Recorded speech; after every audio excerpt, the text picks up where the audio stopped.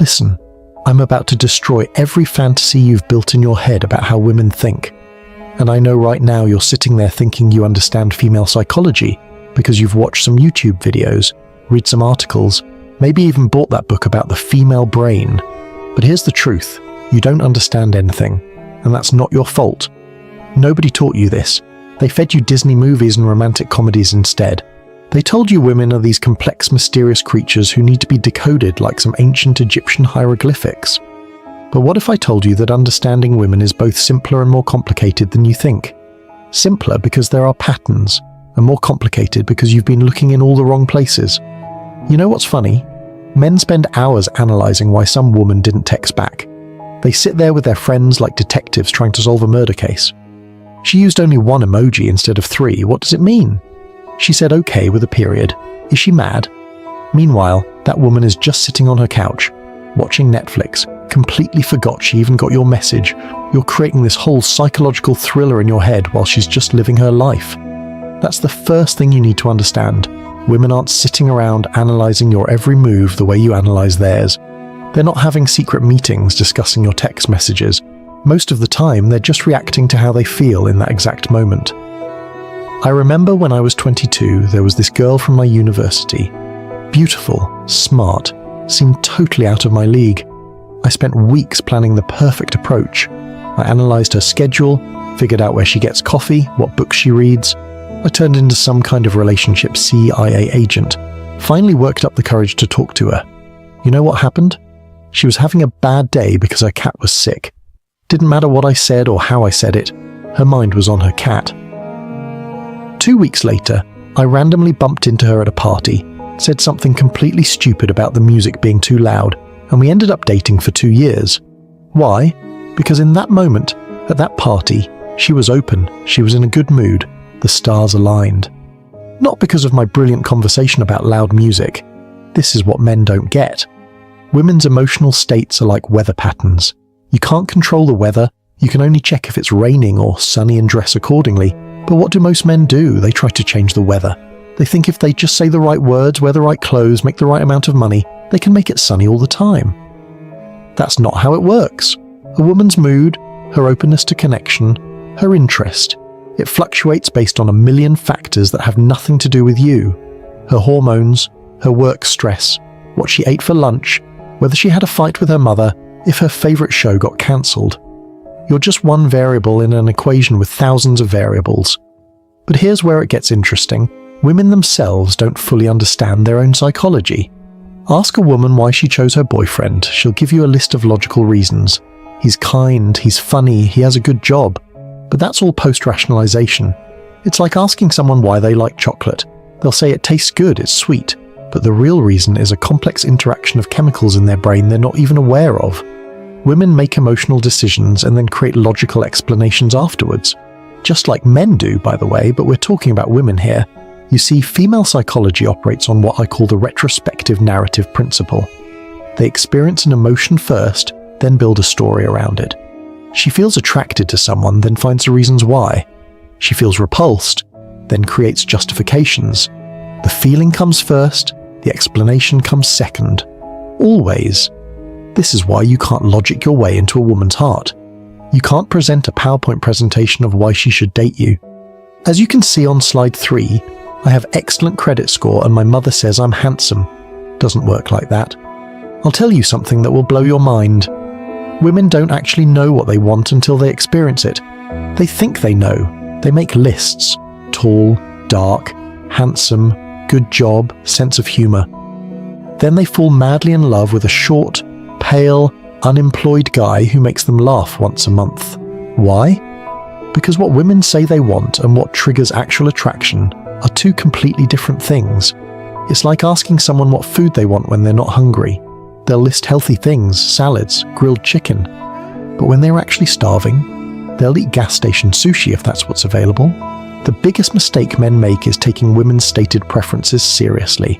A woman says she wants a nice guy who brings flowers and opens doors. So what do? You become the nicest guy on the planet. You open every door like you're a professional doorman. You buy so many flowers the local florist knows your credit card number by heart. And then she dates the guy who forgot her birthday and shows up late to everything. and you're standing there with your flowers thinking, "But you said..." "Yeah," she said. "But saying and feeling are different languages. Here's a truth that's going to sting. Women are attracted to men who don't need them. The more you need her validation, her attention, her approval, the less attractive you become. It's like a mathematical equation. Your attractiveness is inversely proportional to your neediness. But what do most men do? They make the woman their entire world. They clear their schedule for her. They change their personality for her. They basically become a satellite orbiting around her. And then they wonder why she loses interest. She loses interest because you became boring. You became predictable. You became a sure thing. Women are wired to be attracted to challenge, to mystery, to the unknown. Not because they're playing games, but because that's what triggers emotional investment. When something is too easy, too available, too certain, the emotional intensity drops. It's like a movie where you know the ending in the first 5 minutes. Why keep watching? But men think being reliable and consistent is attractive. "I'll always be there for you. You can count on me. I'm not like other guys." Yeah, you're not like other guys. You're boring. Let me tell you about emotional validation. Men think women want someone who agrees with everything they say. Yes, dear, you're absolutely right. That person was definitely wrong to look at you that way. Your boss is terrible for expecting you to do your job. But constant agreement doesn't create attraction. It creates contempt. Women test men constantly, not consciously, but as a way to gauge strength. If you agree with everything, fail every test, you're showing you have no backbone. And despite what modern society tells you, women are not attracted to men without backbones. You know what women really want? They want to feel emotions, not just happy emotions, all emotions. Drama, excitement, uncertainty, passion, even occasional frustration. This is why women stay with men who are bad for them. Not because they like being treated badly, but because those men make them feel something. The nice guy who does everything right, he makes them feel nothing. Comfortable maybe, safe, sure, but passionate, excited, alive. Number. I had a friend, successful lawyer, good-looking guy, treated women like queens. Could not keep a girlfriend for more than 3 months. You know why? He was too perfect. Never disagreed, never challenged them, never created any tension. Dating him was like watching paint dry, predictable, safe, boring. His ex-girlfriend left him for a bartender who lived with his mother and had a gambling problem. But that bartender, he was unpredictable. One day he's romantic, next day he's distant. One day he's planning their future, next day he's not sure about commitment. Emotional roller coaster, and she was addicted to the ride. This brings me to female communication. Men communicate to exchange information. Women communicate to create connection and process emotions. When a woman tells you about her problem, she doesn't want you to solve it. I know. It makes no sense to us. She's describing a problem. Obviously she wants a solution, right? Wrong. She wants you to understand how she feels about the problem. She wants emotional validation, not practical solutions. You say, just tell your boss you can't work weekends. She hears, your feelings don't matter, just fix it. You think you're helping, she thinks you're dismissing her emotions. Women speak in subtext. When she says, it's fine, it might mean it's not fine at all. When she says, I don't care where we eat, she might care very much. When she says, we need to talk, your relationship might be over. But here's the thing, she's not lying or being manipulative. In her mind, the real message is obvious from the context, the tone, the body language. She assumes you're picking up on all these subtle cues, because that's how women communicate with each other. They're masters of reading between the lines. Men, we need subtitles. The sexual psychology of women is another universe entirely. Men are like light switches, on or off. Women are like those complicated sound mixing boards with 100 different knobs and sliders. Everything affects their sexual desire. The lighting in the room, whether they feel fat that day, if you said something weird 3 hours ago, the phase of the moon, seriously, everything matters. And it's not logical. A woman can be madly attracted to you one day and feel nothing the next day, and neither of you did anything different. Women's sexuality is responsive, not spontaneous like men's. You see an attractive woman, boom, you're interested. Women need context, emotional connection, the right mental state.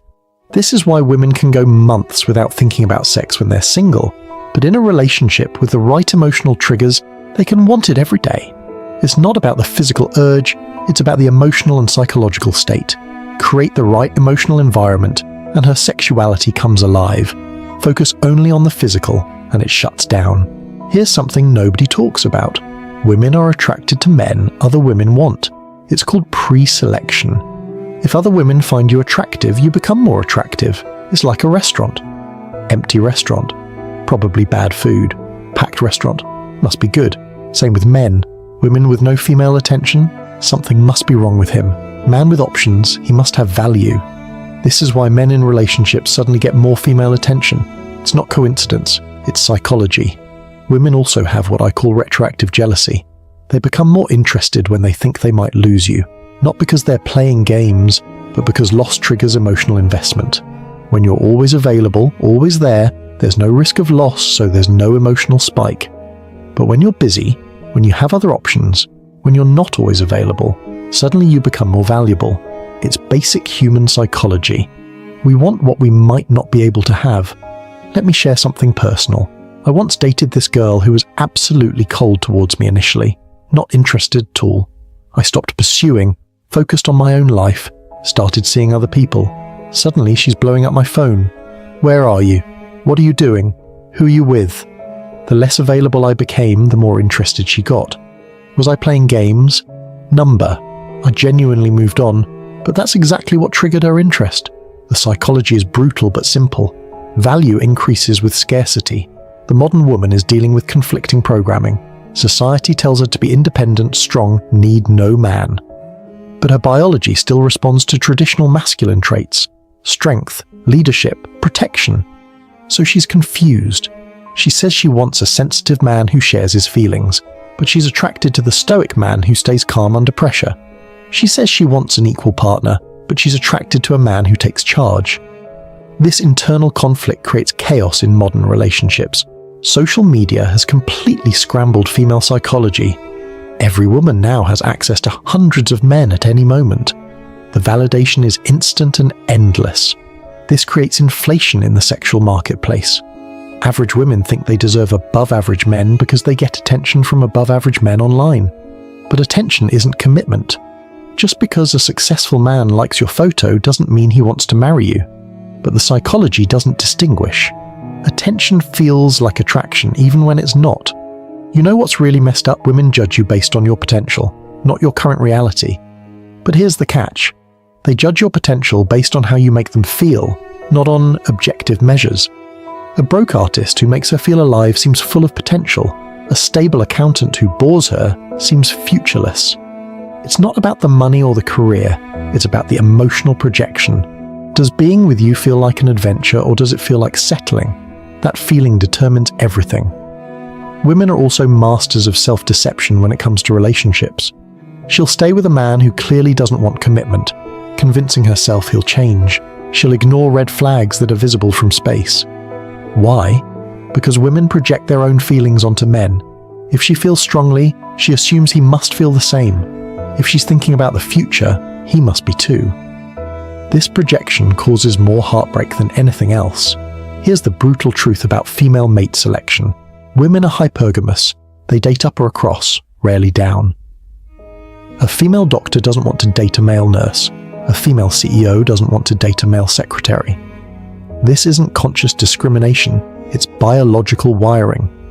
Women are attracted to men who are above them in some hierarchy: financial, social, physical, intellectual. This is why successful women complain about not finding good men. There are plenty of good men, just not above their level. The wall is real. I know it's controversial, but female attractiveness peaks earlier than male attractiveness. A woman at 23 has more options than she'll ever have again. A man at 23 is usually just getting started. By 35, if he's built something, he has more options than ever. She has fewer. This creates a timing mismatch. When women have the most power in the sexual marketplace, they often waste it waiting for the perfect man. When they're ready to settle down, their power has diminished. It's cruel, but it's reality. Women also operate on what I call emotional memory. They don't remember what you said. They remember how you made them feel. You could have the most logical argument in the world, but if you made her feel bad while making it, you lost. Conversely, you could say complete nonsense. But if you made her feel good, you won. This is why women stay with men who are objectively bad choices. Those men know how to create positive emotional states. Female psychology around commitment is fascinating. Women want commitment from men who don't want to commit.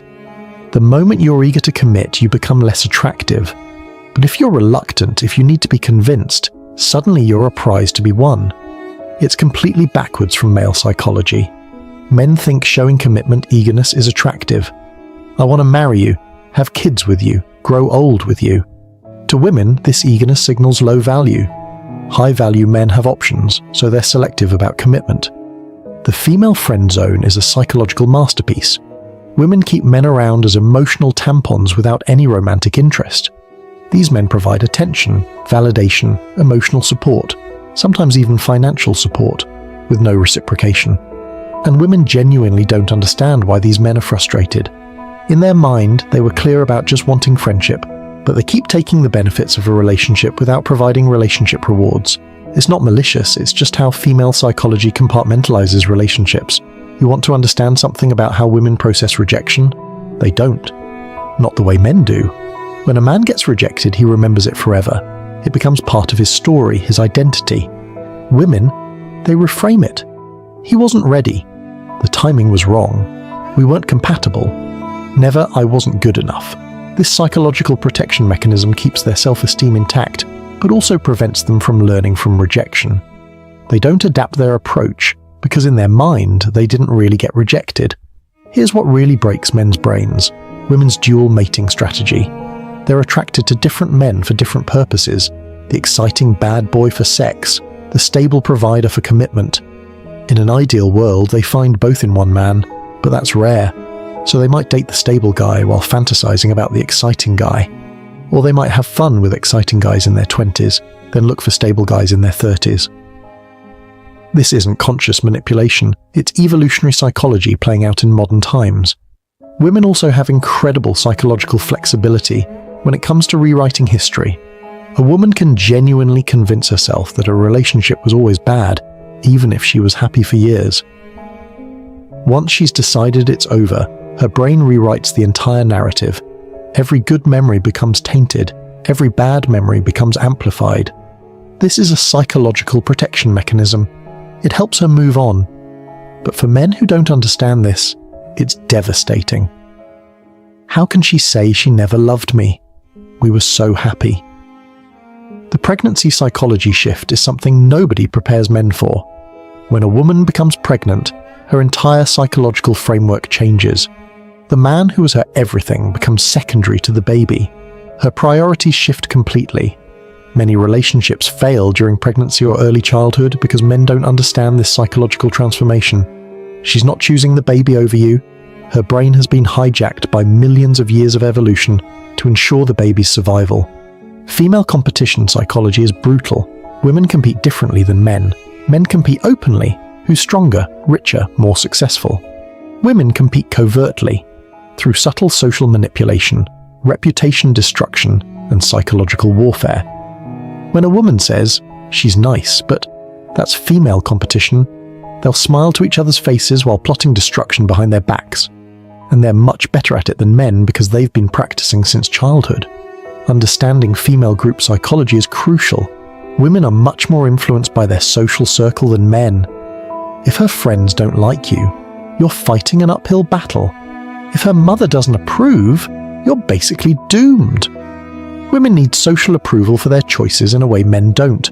A man might date someone his friends hate and not care. A woman dating someone her friends hate will eventually crack under the pressure. The group opinion matters more than individual preference. There's this thing about female psychology and security that men completely misunderstand. Women say they want security, so men think that means money, stable job, nice house. But that's physical security. What women really crave is emotional security. Knowing you won't crumble under pressure, knowing you can handle their emotions, knowing you're solid internally. A broke man with unshakable confidence provides more security than a rich man who's emotionally unstable. But men keep focusing on the bank account instead of the backbone. Let me tell you about the psychology of female loyalty. Women are incredibly loyal until they're not. When a woman is in love, She'll defend you against the world, forgive almost anything, stand by you through hell. But once that emotional switch flips, once she's done forever. There's no going back. Men can forgive and forget. Women forgive but never forget. And eventually they stop forgiving too. And when that happens, she could win the lottery tomorrow and she still wouldn't come back. You want to know the ultimate secret about female psychology? Women want to surrender, but only to someone strong enough to handle them. They test and challenge and push boundaries because they want to find someone who won't break. Someone who can handle their emotions without being overwhelmed. Someone who can lead without being domineering. Someone who can be strong without being harsh. Most men fail because they either break under the pressure or they overcompensate and become tyrannical. The modern dating market has created a psychological phenomenon I call choice paralysis. Women have so many options they can't choose. They're always wondering if someone better is just a swipe away. This creates perpetual dissatisfaction. They could be with a great guy, but there might be a greater guy on the next dating app. This abundance of choice has paradoxically made women less happy in relationships, not more. Too many options creates anxiety, not satisfaction. Female psychology around age is fascinating to observe. At 20, she thinks she has forever. At 25, she's still not worried. At 28, there's a slight panic. At 30, full existential crisis. At 32, desperation sets in. At 35, acceptance or delusion. The same woman who rejected good men at 25 is now lowering her standards at 35. Not because she's become wiser, but because her options have decreased. The psychology of scarcity kicks in hard. Here's what I want you to understand.